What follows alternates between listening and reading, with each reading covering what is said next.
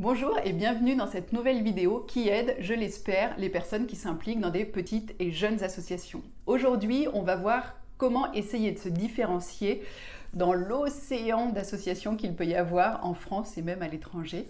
Je vous donne pour cela 3 conseils.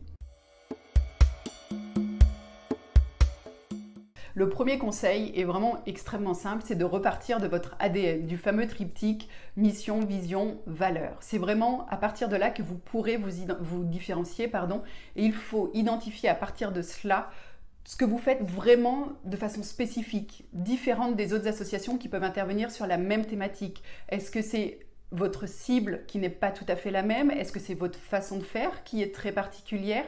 L'important, c'est vraiment de pouvoir identifier ces éléments-là. Et pour cela, n'hésitez pas à interroger à la fois des personnes en interne, mais également des personnes à l'externe de votre association et demandez-leur, selon vous, qu'est-ce qui rend l'association unique?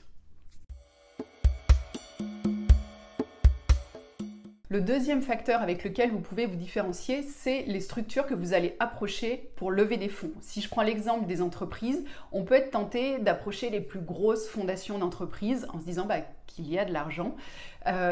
Mais c'est aussi les fondations qui sont extrêmement sollicitées et donc il n'est pas forcément évident d'émerger dans cet environnement-là.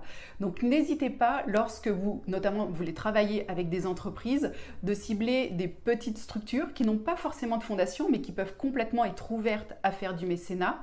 Il y en a beaucoup plus et qui sont beaucoup moins sollicitées.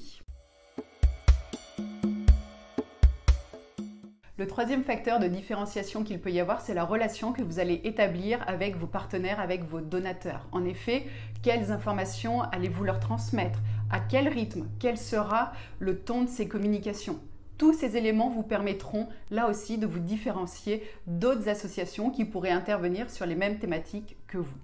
Voilà, vous savez tout. J'espère que cette vidéo vous sera utile. Si c'est le cas, n'hésitez pas à me le dire en commentaire, ou pas en commentaire, mais avec des étoiles, des pouces, des cœurs, ce que vous voulez. Par contre, en commentaire, n'hésitez pas à y aller si vous avez des questions, des remarques.